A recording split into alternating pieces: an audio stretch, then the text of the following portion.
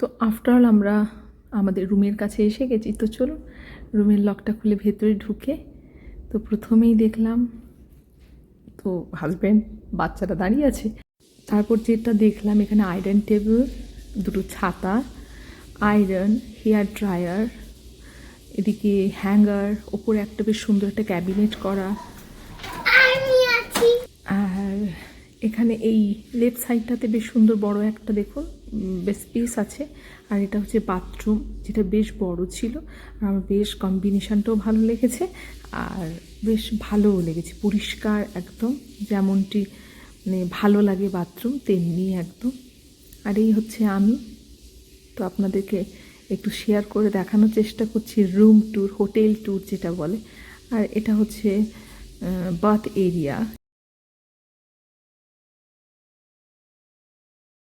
এটাই হচ্ছে বাথরুম, বেশ ভালো বড় স্পেস। আর এখানের স্লাইড ডোর বাথরুমের, এই যে দুই দিক থেকে স্লাইড করে দিলে এরকম একটা ঘরের মতো হয়ে যায়।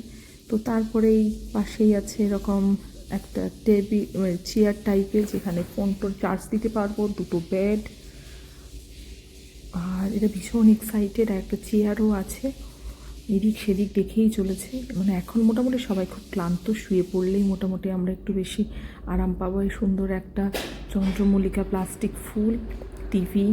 আর এখানে এই কেটলি আছে, বাচ্চাদের জন্য খাওয়ার, ক্যাজু নাটস, এগুলোর জন্য পে করতে হবে। জলের বোতল দুটোর পে ছিল না। ওদিকে চা, কফি, আমুল দুধ, এখানে একটা বড় মিরর আছে। আর এই হচ্ছে ব্যালকনি, যেখান থেকে সামনের পুরো সুইমিং পুলটা ভালো দেখা যাচ্ছে। বেশ বড় এরিয়া জুড়ে সুইমিং পুল ছিল। নেক্সট ডেতে আপনাদেরকে পুরোটা দেখাবো আমরা কখন কি করছি, কোথায় যাচ্ছি, অবশ্যই পুরোটা শেয়ার করব। আজ এই অবধি, টাটা।